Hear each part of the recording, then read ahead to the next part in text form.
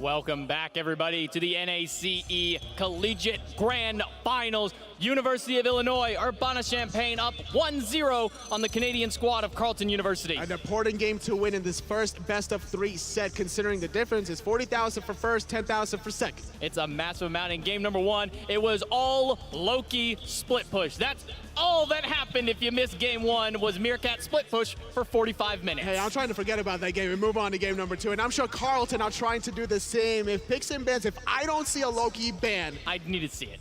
I'm losing my mind. I'm walking off the stage if they don't ban Loki. No, please. If they pick Loki, if University of Illinois gets Loki, I'm walking off. I'm sorry, Toli. That's true. That's another one here. I don't expect that to be a case. Look at Meerkat. He's so happy about it. He's like, guys, I got away with Loki for 45 minutes. Let's go. Maybe that's why he's sitting in the middle seat of that team. Because it's like, oh, he's obviously playing middle. He's not going to pick Loki. He's the center of attention. That's what it is. That's the only reason. There it is. Thank you, Carleton. Yes. The Loki ban comes through in game number two. I don't even care that it's not a meta ban. We just need to stop seeing it. And not only did that, Carleton also going for the first pick. So with the Loki ban, there's a lot of high priority picks available. Freya, Mercury, Erlong Shen. Well, Freya's banned, but Mercury, Erlong Shen, and the Pele available now. Erlong Shen, Mercules. Remember Deathbringer Hercules? You just go jungle Herc and you just build full damage and crit. You walk up, you drive strike, and you smack someone and they're dead. I remember a match of the day mode where we had full gold, 5 Herculeses versus another 5 Herculeses. Yes. And it was arena, and then I built crit Hercules. Yes. And I got like 7 kills in 10 seconds. I was camping the fountain. I was just like one-shotting people after the pull. That's how you do it. Even more fun, or I should say like the worst experience, is 5 and 5 Baron Somnies and Assault against each other. No, I think the worst is when you're dealing with 5 Thoths, because they extend their range to the point that you can't even come up to them. Or 5 Opwash too. That's 5 Opwashes too. 5 Opwash might be the worst of all it's up things there. Here. It's definitely in the top 5, and Odin is going to be one of the top 4 gods banned here by these two collegiate squads. $50,000 on the line. Carleton, the Canadian squad, on the back foot. The good old US of A, represented by University of Illinois, took game number 1, and now they've got their last ban. They need to figure out what to ban. It's going to be the Athena, leaving the Mercury and the Pele, so that way if Carleton gets one, and the Erlong, USC gets another. Erlong is available as well, and Carleton is going to grab that one for themselves. The illustrious warrior, Erlong Shen for Carleton. Curious if UIUC is going to go for the Pele and the Mercury. Could run the Pele in the solo lane if they really want to. We haven't really seen that too often. It has more value, I believe, in the jungle to make that presence felt. Well, they're just going to grab the RTO, a very safe pickup for themselves. The Odin is banned. We've seen that Salfam can play it. We know that Khan can play it. And once again, Berg going to be grabbing this Pele. Does a lot of burst damage. I like the RDO pickup, having the control that you really need. Erlong Shen has a lot of control in its own right. 3 forms of CC between the rune on the javelin toss, between the knockup on the turtle form, also a taunt on the 9 turns blessing. Option back over to Carleton. Got 2 picks to go for themselves, and they're going to grab on her, a flex pick for them. Tuxedo can play it in the mid, but Tornby, more than anybody else, is probably wanting his hands on the Lion. I wasn't too impressed by UIUC playing the on her, but having it now with an Opwash for Carleton, if this is the comfort pick that they were talking about, I mean, he did it. It was mostly Meerkat. It's gonna hurt. It's definitely gonna hurt for Carleton. Chernabog picked up here by the UIUC squad. That's looking more towards the season of Meerkat here, but still has option to go into that duo lane. But he really does work well as a great mid lane hunter. I agree. It's being able to ping pong between the solo lane or the duo lane could be the factor that UIUC need to close out this best of 3 set, come out with that first place prize purse, but still 2 more picks for both of them as we approach the secondary ban phase. That Somni was annoying. I mean, it almost killed Meerkat under the Phoenix. I think Meerkat was saying, guys, I almost died solo to a Meerkat, or to a Baron Somni. Yeah, Line Please just get it away. Line Time was doing a lot of work, even building the hide of Nemean Lion, really trying to make it difficult to split push, as he should. Now RDO, Pele, Chernabog for UIUC. They could have actually picked the Baron if they really wanted to. It's not really up Khan's playstyle. He really does like those more aggressive solo laners when he does play solo, but we did see him into the mid lane. That's right. I don't know if that role swap is going to hold true, recognizing that there's still potential for this Pele to go somewhere else. Carlton does ban away the Mercury. Yeah, if Loki's not available, expect Meerkat to stick into that mid lane. Bans flying off your screen thus far. Mercury and Xingwei stripped away by Carlton. Option now goes back over to UIUC Illinois. They got that game number 1 after 45 minutes of play. Tons of split pushing, but we don't have to worry so much about that anymore. They'll have 1 pick before it goes back to Carlton. The last pick, they're probably going to save that solo lane counter pick matchup for Khan if they really want to. RDO can easily control the dual lane, has a lot of damage with the abilities. You could transition that to... Going for a Karna.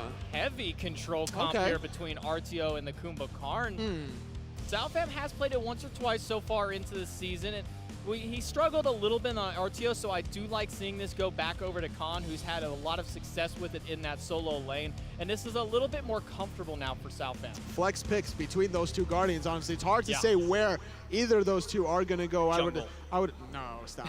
Pele's on the table here. I don't expect Pele to go anywhere ADC. else. I'm not even going to respond. Nah. Not to the Pele ADC. It worked once. It worked. It didn't do work, but it worked. Over to the opposite side, Kuzenbo, the king of the Kappas, locked in for the side of Carlton, and coupling that one up with the Terra for their final 2 gods. Now, it's Kuzenbo is normally better against gods that has a lot of damage over time, against a double hunter composition, but it surprises me to see it with a Terra. The last pick still, it is going to be the Medusa, so Meerkat should be playing Medusa mid, I would assume. That's a tough one to pick here. He has played a lot of Chernobog this season, so I wouldn't be surprised to see him go into the mid lane, but we have seen a lot of success out of mid Medusa in the past. Well, the thing is, if you're going to get more farm, then you want to get the Medusa, that additional farm, simply because you have more ability damage. And if you're lacking the magical burst damage, that's where the Petrify comes in. So you need to have Transcendence finished. You need to have those stacks available as quickly as possible. Does work very well as that mid lane mage for the team. A lot of ability damage, get that Transcendence online for her, and she really does start to chunk. And then not only that, if you can get a good Mez off there with the Kumbhakarna, they can't change their camera direction while Mez turn it up and set up right for that Petrify. This could be a dangerous matchup here for Carlton. Carlton against the ropes, losing the first game, need to win 2 in a row to claim that first place prize. Their composition looking rather balanced, I would say. They got the early game with Erlang Shen and the Anher. They certainly got the late with the Outwash. They have the team finding potential control between the Kuzenbo Terra Guardian combination.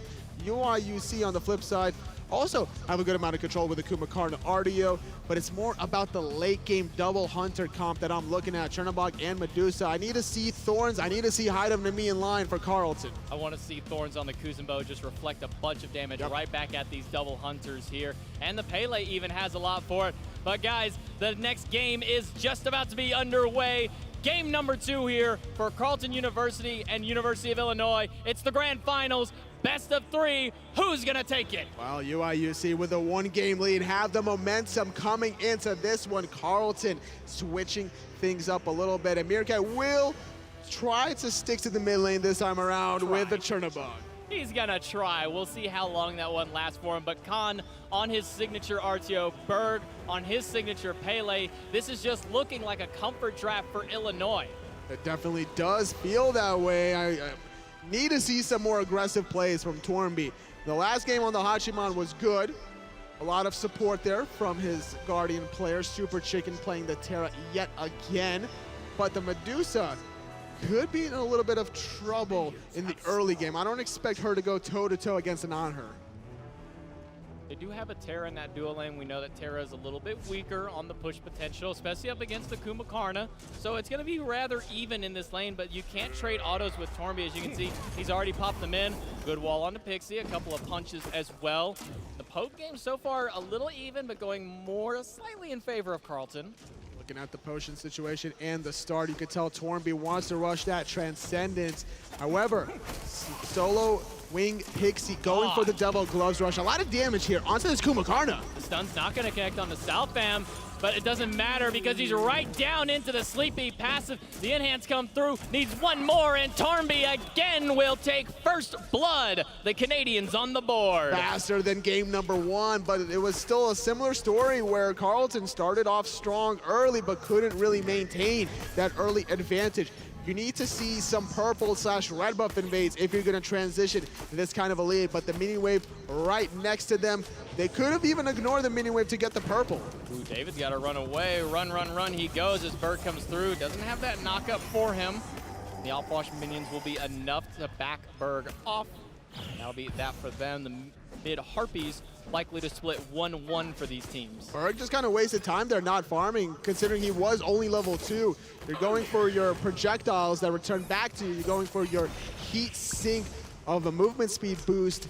And without the knock-up, I feel like there was no real kill potential, no real poke potential either. David's going to go right onto Meerkat, but because Berg is there, he can't really do anything off of that one. Just trying to flex a little bit onto him, but it's not really going to do much. The knockup from Tornby is good. Into the boxing match he goes, and the dash from Solo Wing Pixie will be enough to get him back to the tower. This is the confidence Carlton need going into game number 2 to try to get back into this set. The purple buff was actually stripped away as it is onto Super Chicken, taking more experience away from this Kumbhakarna and Medusa. Did Tuxedo not get his corpse explosion at level 3? It's looking like he only got his 1 and his 3 here, but he may have been using it off the screen. No, in fact, he did not. He put 2 points into the corpses. Very odd now, but Southam taking a lot of poke. Auto's coming through from Tornby, not going to find that second one. Now, the idea here behind not getting corpse explosion is you're consistently looking for poke by just throwing the corpses right on top of the opposition to pick them up and sustain your mana pool back up. It's a recyclable ability that reduces your cooldowns, that gives you back mana. So technically, as long as you get some MP5 via items, you can use that indefinitely. Well, and you can see he has picked that up there with the Mage's Blessing, and the Lost Artifact will give him a good amount of MP5 to sustain in there. And plus picking them up, and now into the solo lane. Khan's one being turned onto, and David's here with Lime Time. Second kill of the game, once again going to the Carlton squad. Carlton doing a good job getting the side lane kills, more importantly, but Tornby trying to make something happen. A good route for Super Chicken, gonna force out the dash away, stun as well. Tornby needs one more hit. And he's gonna find it. Second kill for the Hunter of Carlton. And really, it's been looking like both of these games, dual lane pressure goes entirely over to Carlton because Southam is just playing so aggressively when he really can't.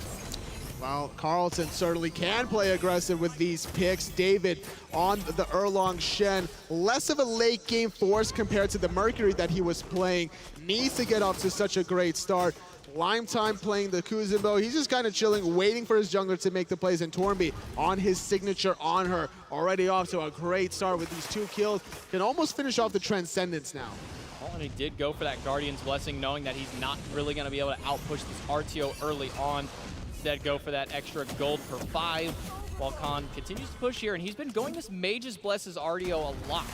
And it makes sense if you're trying to get off more damage. Going for an extra magical power spike gets more healing return off of your abilities. And now it's Berg's turn. But Tuxedo immediately drops that ultimate, but Meerkat's through here onto the sky, goes into the wall. David is here to defend, but they're both so low on mana. They have no way to get out. The beads are not going to be enough to save you, my friend, and Berg will claim the first kill for Illinois. North America now in the United States need to find more kills than just that one. It was Digger getting the chopping block, I think, for the majority of that first game, and without any sort of defense, or peels rather, he's going to have a similar effect in game 2. It was good recognition by University of Illinois, seeing that both of them don't have their mana. He used the taunt, his ultimate, for the last expenditure of his mana for David, and Digger Tuxedo had none in that. As soon as the ult was dropped, that was it for him. Great play by them to pick up that first kill.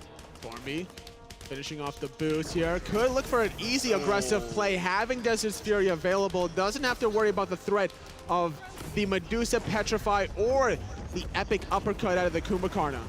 Southam is just constantly being bullied here in this duo lane, and for good reason. You want to keep this Kumbhakarna down because a non-tanky Kumbhakarna isn't going to do much when you get into these team fights. The blink in onto Meerkat. I don't think he's got his dash available to him. He's got nowhere to go, and Tuxedo says, "Thank you, sir. That one is mine." Getting revenge onto the mid Chernobog, and that's going to shut him down for a moment. Good stun coming out of Tornby. Another stun from Super Chicken, but safe under their own tower. Keep in mind that Desert Fury is available. Tornby could commit at any given moment. Medusa has to be mindful of that and save the dash. And Pixie actually went for the Devourer's Gauntlets instead of the Transcendence that we normally would see on this Medusa, wanting for the boxing more. The ultimate coming out of Tornby is doing so much damage. Knocked up into the sky. I don't think the Petrified dealt the damage. Earth and Fury just to make sure that Tornby can stay alive, and a perfect impale. Oh, Meerkat! Meerkat! Meerkat is going in! He's looking for the kill. Onto Tornby, gets off the dash. Berg with the last hit. And Super Chicken has nothing to do but run away from it. 3 strong from Illinois. Turn that fight around back in their favor. Super Chicken gonna soak up all this farm on his own side of the map. Purple buff not available to strip away, so Carlton on the defensive side now. Finally, that Tornby has died. That's gonna slow down the progress of that Transcendence rush he wanted. Tuxedo's got vision there onto Bird, recognizing he's trying to go for those Harpies, but unfortunately the Corpse just a little too far away, unable to find that one, and Bird will clean out the minion wave under the tower. And unfortunately, out of Carlton there, the fact that they killed Meerkat was all fine and dandy, but still having the ultimate after the respawn allowed him to clean up Tornby to put him into the grave. And that's kind of one of the things that we normally see out of something like an Athena. Lime Time taking a lot. The Bear Claw is good. The knock up from the Watery Grave will be enough to push Khan. But it's something similar that we see with Athena. If you either kill her too early or don't kill her, she goes back. And with that ult, can get right back in the fight. They got to respect the global pressure when making any offensive plays in these side lanes. The mid Chernobog is trying to get that farm to get a Transcendence in his own right. Berg has definitely been making some plays with already 2 kills right under his belt. David is 2 levels down in this jungle. He's going to get the pin, going on to the Mink farm, but Berg's going to use his ult and get out. The Corpse not enough, and a good body block of those ones will make sure that the jungler for Illinois get back out. But now Southam rotating over here, level 6 on this Kumbhakarna. Berg barely able to slip on by, using that ultimate to get into the safety of his tier 1 tower. 2-level lead above David. That's been making plays in his own side of the map, having 2 assists. Being able to kill out Khan was rather impressive. Brawler's Beat Stick once again from Berg picked up here. And again, with the Terra, with the Opwash, a very smart item to pick up here for them. Red buff will go over to Carlton. The mid Harpies going over to Illinois. Super Chicken's gonna get the dash route onto Southam, but he's the only one there. Needs to be a little more careful. I think he's gonna be A-okay, but jumping over is Tornby. Doesn't get the stun effect against the pillar. A double taunt out of David. He's looking for blood. Berg is just gone. Where did you go? The Opwash swinging for the fences and will get the kill onto him. Berg dead for 20 seconds. 5-on-4 advantage for the Canadians. Transitioning over to the left side of the map. Looking for the goal. Fury Digger Tuxedo has a lot of burst damage with a corpse explosion.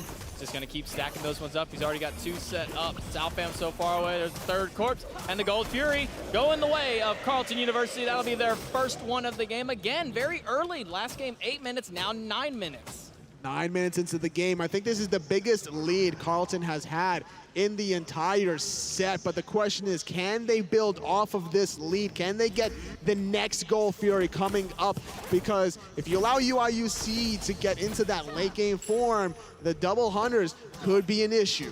This has been one of the problems of Carleton in the season is they need their early snowball to really build up and keep going. Otherwise, when the late game comes, you saw that they were struggling in those team fights. They need to get that lead because Illinois, they may not have had the better team composition last game, but they just had the better overall late game potential with their players. The team fights did not favor Carleton. They lost 2 separate 5-on-4s in the game number 1 where they tried to siege a middle Phoenix. They tried to go for a team fight around the Pyromancer, getting bit by Meerkat's Loki, having to back to defend that Titan room. It was a sloppy engage, and Carleton looking to clean it up now. They're getting the early skirmish advantages, but once the 5-on-5s happen, If they don't win that, they're not going to win the set.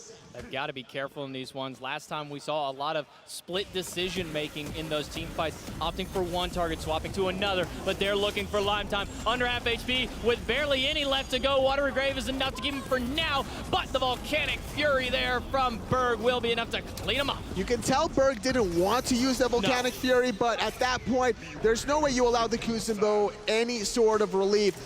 Putting the turtle back into the water, but putting the snake back into the grave cannot connect on the last couple of Desert Fury shots. 2 more of those spears and he would have had that kill. He would have at least dove for it if he didn't have the damage to kill onto that one. But fortunately for soloing Pixie, he will live for now, and he is getting that lifesteal back up on the flip side, Transcendence. But now David in trouble. He's going to get the 2-man taunt, but there was nothing for him to heal back up because his health bar is gone. It takes about 4 seconds to get that healing back, and he was blown up in less than 1 second. Berg now getting his 3rd kill, 1 assist. Gold Fury not due to respawn for another 2.5 minutes. 5-on-4 advantage for 10 seconds. Surprised to see UIUC not group up for at least a tier 1 tower.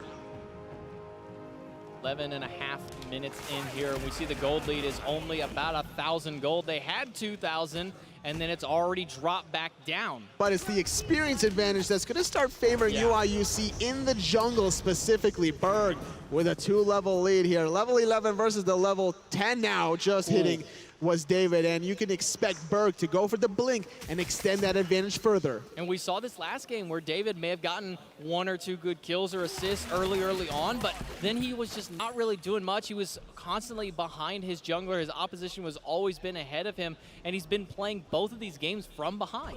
There's no problem at all as long as the late game team fights favor out the US8 team. Already hitting level 12, goes for the Aegis actually, as opposed to the blink. A little worried about all the burst damage potential from Digger Tuxedo, so expect some Volcanic Fury engagements, baiting of the ultimate, and resets with the Aegis. I think he's having nightmares of what happened to him in the mid lane earlier. He's like, guys, I need that Aegis. I can't be your main initiator this time around. We saw him lose over half of his health to just 1 corpse explosion combo.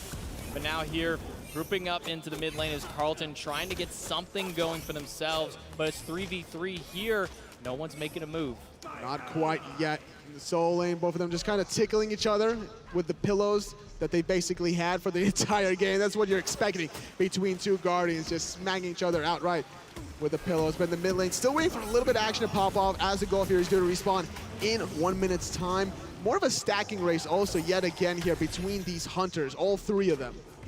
Well, ultimate here from Berg right on the Tornby. He's going to jump away, but the movement speed is good enough, and here comes Meerkat, but it doesn't matter because Berg is going to clean it up all on his own. If you don't have the vision around the Gold Fury, assume the jungler is right around the corner, and even just for good measure, Meerkat using that Living Nightmare to get a little bit closer. Pyromancer going to be going the way of Carlton, unless Salfam can pull off a miracle and somehow teleport into the middle of it, which he's not going to be able to this time. But 4 players from Illinois grouping up at this mid tower. It's only Super Chicken here. Everybody else went back to base. He's all alone, knocked up under. The Earth and Fury is not enough to save him, and Meerkat will drop him. UIUC using their player advantage to push an objective. Carlton abusing the missed position of UIUC originally by sneaking a Pyromancer objective, but that was only 500 gold, so UIUC answering in kind with 500 of their own in the form of a tier 1 middle tower. This experience lead is really starting to show for this Illinois squad. Still 2 levels up is Berg, and he has that 2nd relic. Meanwhile, David is trying to get to that level 12 mark to pick up a relic of his own. Only has the blink, doesn't have a defensive option yet. The blink is gonna need to be fruitful, but yes, without any sort of Mad Guy's Cloak purification beads, any form of CC will disrupt that turtle escape, and he's gonna be a sitting duck instead. Hornby going for the last hits on this minion wave, but that's only to bait it out here because David is here. The ultimate doesn't matter because of the CC immunity. David and Tornby will team up. Meerkat's in the wings. He's gonna drop right down onto Tornby, dropping the damage on. Tornby's falling low, but the Aegis is keeping him alive. The walls are not enough. Berg will drop him down. David's getting low. Berg with the double kill. Up in the sky you go, and down to the grave. Super Chicken will fall. Meerkat gets the kill. That's 3 dead members out of Carlton. UIUC with full control of any side of the map that they want. They will commit No, they're not going to commit to the tier 1 tower on the left side. Gold Fury has respawned. Khan doing a good job keeping Lime Time preoccupied from rotating around. And this is going to be a free Gold Fury. Last time it was Carlton, unless Digger can come in and steal it. Don't ever say it's free when there is an opwash here. He's going to drop the ult. It is within range of the Gold Fury. They will reset it temporarily. It's being reset constantly, and Carlton's going to get it because they didn't reset it. Are you kidding me? Grabs it. He will fall.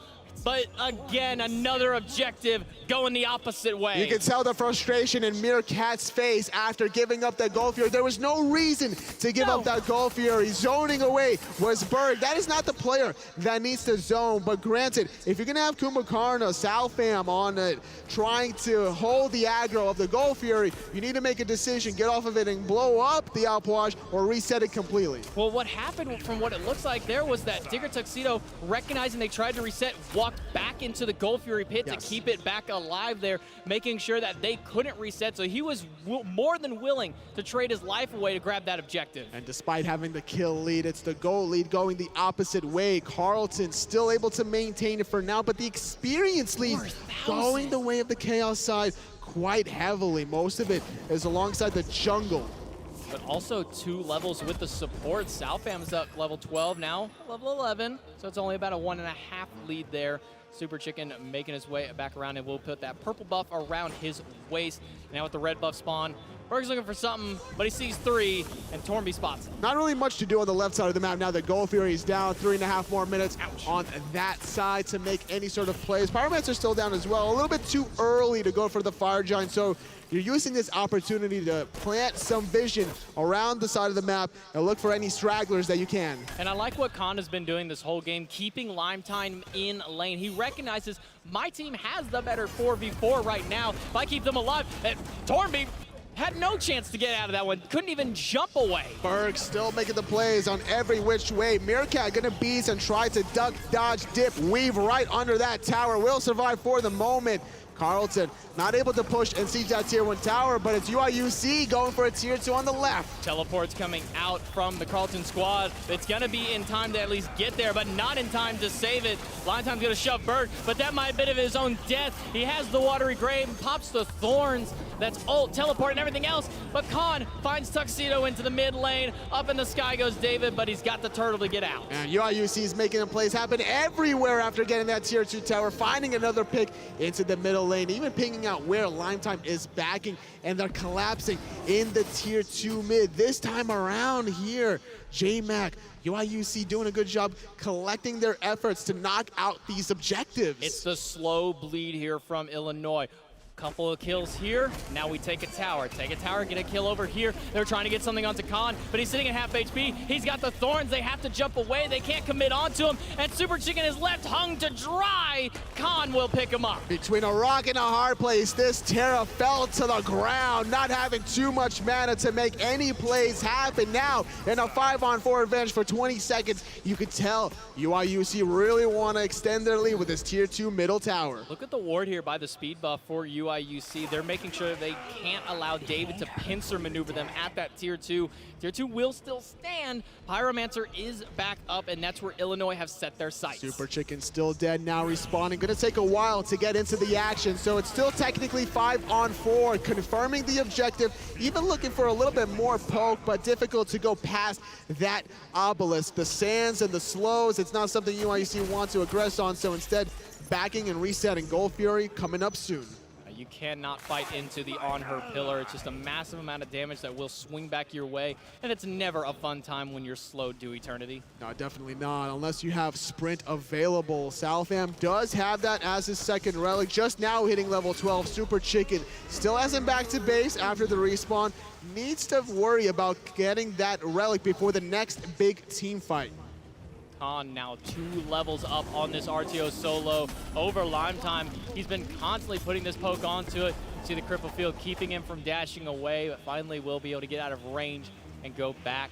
If you look at these 2 squads here, it used to be almost 3,000 gold in favor of Carlton, but that's already swung right back into Illinois' favor. 3,500 gold, but totally 10 1,000 experience. Everyone has a lead from UIUC minus the Hunter that just now hit level 16. Tornby had the experience lead for a majority of the game. Keep in mind, he was sitting at 2-0 at the beginning of this game, making some great early game pressure, but the rotations from Berg on this Pele changed the tides of tables. Oh, Tornby, my friend, this is not where you want to be. Berg going right onto him, the Desert Fury to return fire, and the Outwash ultimate right on top. The crypts have been emptied, and UIUC says, hey, that's a win for us. We're just going to back out because look how many relics out of Carlton they got. Middle tower's very low, but UIUC doesn't want to aggress any further. They're going for the safer option of this Gold Fury, but remember what happened last time. Digger stole it away, but I don't think Carlton are close enough to do it.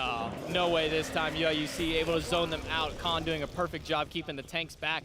Berg taking a little more poke than he wanted to from David, but he'll be able to get back to his tower. As a consolation prize, they get to kill the minions that follow them in the jungle. Just trying to get any gold or experience they can to extend their lead in the late game. 21 minutes into this game, 13-6. The USA team trying to close this out and confirm the first place $40,000 prize.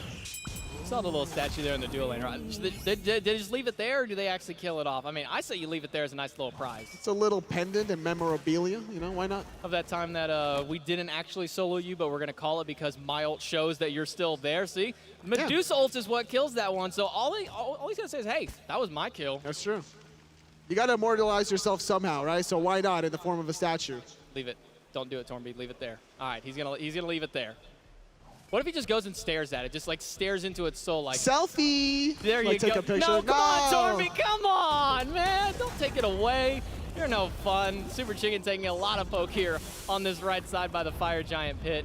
He's got that monolith to heal himself back out. Looking for something on the right side of the map, but the double hunters from UIUC are on the kind of mid/left portion, looking for the mid Harpies, while there's still some action happening on the right side. But look how much, are you kidding me? How much damage is Khan doing? Look at all of this damage. Back to it. The empty the crypts is good. They zone them away. But look at Khan's build. He's got Soul Reaver. He's got Stone of Binding. He's got so much damage built up. That's right. The penetration from the Void Stone and the Mad Guy's boots. Tornby in a 1v1, actually kind of winning it for the most part, but both ultimates available. UIUC get the tier 2 mid tower. David not able to hold that one. Tier 1 falls on the left. It was Soloing not able to hold that one. Fire Giant should be looked at if you're UIUC. Everybody's spread out here on UIUC. You got a few members going left, a few minutes going right. In fact, Meerkat is looking for his opportunity onto Tornby, looking to cut off the path here. But unfortunately, Digger Tuxedo is so low here against Khan. There's nothing that he can do. Tornby's trying to back. Meerkat hasn't spotted him out. Oh, he wants it. Pixie's trying for it. He's going to dash through. Digger Tuxedo is still alive. Khan's not able to get the final shot. Lime Time will drop him, but soloing Pixie will find Tornby. Southam was thinking about going in, but gonna think otherwise. And a lot of laughs and smiles from the player cams after that failed 1v3. I don't blame him. Tornby falling on the left, but Meerkat is not done. It doesn't matter if he's playing Loki or Chernobog. He's looking for the split push. All right, but Tuxedo is right here ready to go for it. He's going to throw out the fleeting breath just to deter Meerkat. Tell him, shoo, shoo, get away from my Phoenix. We're not having this again. Looking for Super Chicken. Good route from Southam. Ooh, messing out the dash perfectly. Up into the air he goes. Barely gonna get knocked up by that one from Berg. The damage is too much. The slows are too great. And soloing Pixie will find his third kill. Khan about to respawn. It will be a 5-on-4 once that happens, as Tornby's due to respawn momentarily.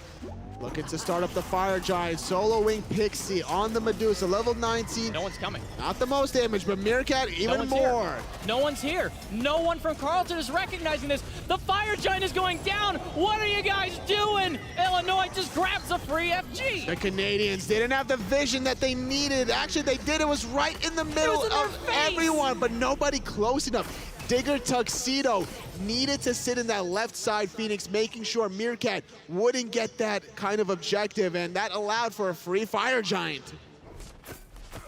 The level 20s are coming on the board, all on the side of Illinois. Only Southam has not hit that mark, but it won't be till much later until we see that support hit it. Berg's trying to go for the sneaky play here on a Tornby. He's going to get the knockup. It's going to be good. That's over half his health. The egg is too late at Tornby. One more Pyroclast, trying to get him with the Desert Fury, dancing around the pillar, but it's just not enough.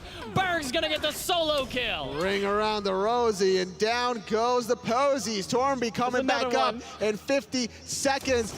keeping the statue up alive just for good measure. That left side Phoenix is very vulnerable, and UIUC with Fire Giant should be able to secure that one. Remember your mistakes here, Tornby. There's a statue to commemorate it once again. That was from the previous fight, the little 2v1 scuffle on that left side where we saw the action on the right hand. But again, pushing up onto this Phoenix, Meerkat and Berg leading the charge.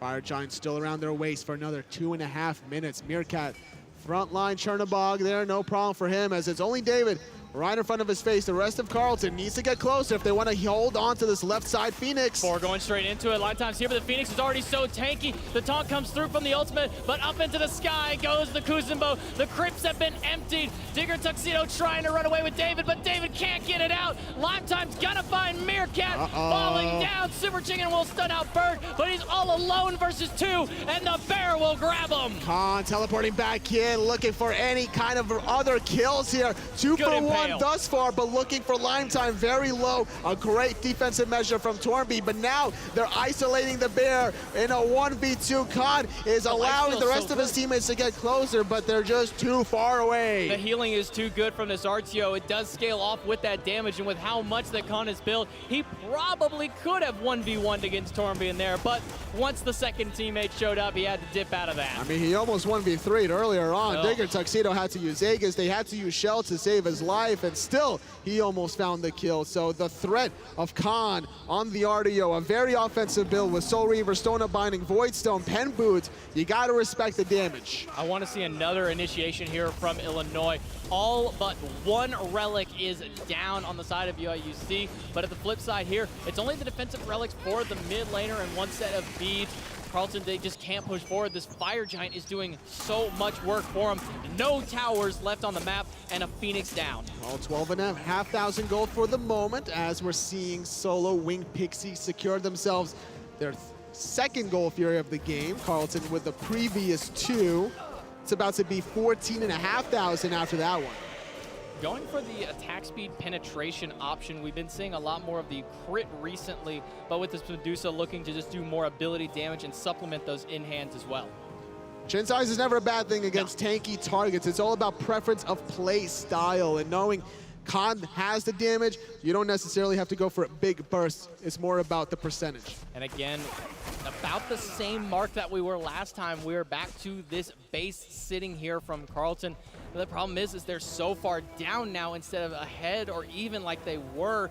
Looking at the gold here, it's 14,500 gold, 25,000 experience, and a lot of that is still relevant experience lead. The world is UIUC's oysters in the second game of the NACE Finals, trying to secure this $40,000 prize pool championship. I think that Carleton need to really hold on much harder than they did in the first game to keep their hopes alive, because not only do they have to win this game, J-Mac, but they have to continue for game number 3. They've got to get a couple of good team fights here in order to swing this back their way, but there's still 5 towers on the map for UIUC. Winning 1 fight is not enough. I don't even know if winning 2 fights is going to be enough. It's going to be a big mountain of a hill to climb for the Canadians. UIUC kind of waiting for this next Fire Giant that's due to respawn in 30 seconds before going for any additional Phoenixes. They got the one on the left-hand side exposed in the Titan, but they didn't really chip away at the Titan health, so there's no rush for them quite yet.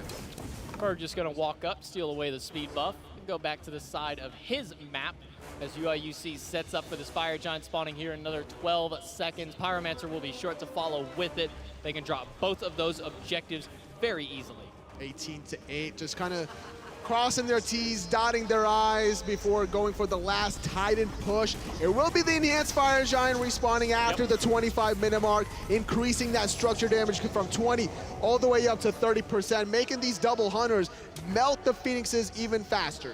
It is a beeline to this mid lane. UIUC, they're looking to end this game on this final push. That left Phoenix is about to respawn. If I'm them, I'm sending just one player over. I'm sending Meerkat because he can ult right back into the fight. True, that's very true. He does have the global pressure, so having him split push makes a little bit more sense than having the Loki split push, and that is going to be a big threat, knowing Meerkat also has the red buff, but instead, it's going to be Berg all the way on the right side, isolating out Super Chicken. Well, well. That Phoenix has respawned. It's sitting very low, but Berg is just doing so much. The stun is going to be good. Earth and Fury for the solo attempt onto it, but Berg's going to grab it no matter what. He doesn't care. The knockup is good. He's doing so much damage back to Super Chicken. He's bursting through the shell. Super Chicken soloed by Berg. The left Phoenix still stands. Up into the air goes Lime Time, but right back to the ground. Berg underneath us looking for it. Up in the sky is Meerkat. Berg knocking up David, getting taunted back in. Meerkat underneath, dashes it. Berg gets his second kill of the engagement. And Lime Time using that watery grave. He's going to get out. Tormby and Duxedo all alone here at this Phoenix. Tormby's going to jump away. Khan's going to chase him down with Berg, but it doesn't matter. The Bear Claw is good. Only Tuxedo and Lime Time live, and it's not even Tuxedo as he stands realizing there's nothing left he can do. Lime Time, the last defense, the Kuzenbo solo. It's him against the world, but the world is going to win, and Meerkat and the boys bring the USA the title. Give a hand to your USA college representatives, University of Illinois, winning the $40,000 purse. Meerkat versus the world, but Meerkat wins. Yep. Bringing home the title to USA and the $40,000 prize for their university. Illinois Urbana-Champaign coming up big with the 2-0 over Carleton. Still going undefeated. They came in here at 10-0. Carleton was 15-2, having to battle their way through the lower bracket after losing in the quarterfinals. So still doing a lot of good things was Carleton, but just couldn't handle Illinois today. And look at that beautiful trophy for the boys. The very first NACE Collegiate Smite champions. Congratulations once again, Meerkat and UIUC. All these players really showing up. And even though Pixie and Southam had so much struggle early, they came back in big in those mid to late game fights. I was really impressed by how chaotic Illinois made it for Carleton. And Carleton had a great start in that second game. Tormby on the honor was getting off to a great start, but then Berg on the Pele, making sure that he was going to get shut down. Berg really coming in big, getting, I think, 3 of the kills in that last fight, or at least getting 2 and helping to secure those third and fourth ones for him. But you see there in this best of 3, 2-0 for Illinois, the beautiful, beautiful trophy for him. That's right. Berg was able to kind of isolate Super Chicken. Whenever you can have a Terra focus you out in the 1v1, Berg forcing out even that Earth and Fury made the rest of the 4-on-4 Phoenix siege a lot easier, because after winning it, killing him, getting the Phoenix, it became a 5-on-4 on the left-hand side, and the rest of the team fight was just a cakewalk. I mean, Khan had an absurd amount of damage onto that RTO. Not very conventional that we see. Usually it's more of the tanky RTOs, but coming in so big, providing a ton of damage and control for his team in these fights. Khan really coming up big for his team. I mean, let's break it down. It was a Soul Reaver, Stone of Binding, Void Stone, and the Mad Guy's boots. So you're talking about one damaging RDO. Had a great lead, a great start to the point where he was trying to 1v3 Digger Tuxedo. Yeah, he almost found the kill. He forced out an Aegis. He forced out a Shell as well. My man's was diving all the backlines. That's all that matters for him. Berg coming in, massive first team. Khan coming in big. Obviously, everybody knows the man, Meerkat, coming up strong. The Loki split push game 1 won it. The Chernobog split push somewhat in game 2 helped them out onto that one. Meerkat, in true ranked fashion, coming in for his team and helping win and bring the title to the United States of America. Canada will fall, and your first NACE champions are UIUC. We're going to cut it to a very short break, and we will be right back.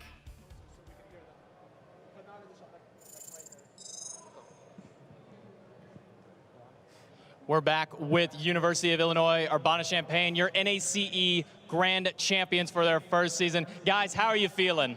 I'm feeling great. Feels amazing. We're all feeling great. Everybody's feeling great. All right, so why did you have to do it to him in game number 1? We saw the Loki. We thought, where is this going? But then we remember there's Meerkat. It's a god that I think's really, really good in levels where everybody's not as organized, and that really is NACE.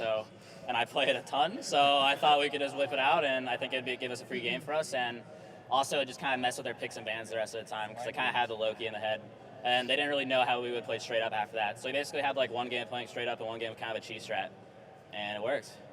So I'm happy. Well, in your first season, you guys go undefeated, 12-0 throughout the entire bracket stage. I mean, how does it feel going undefeated? Feels really good. Feels really good. There was definitely some close ones for sure. We had some times, but everybody on the team's been great. everybody's improved throughout the year, and I mean, everybody just stepped up this night. Everybody played great. Like, we had some struggles early and sometimes, but we all brought it back. There was great ults by everyone, great plays by everyone.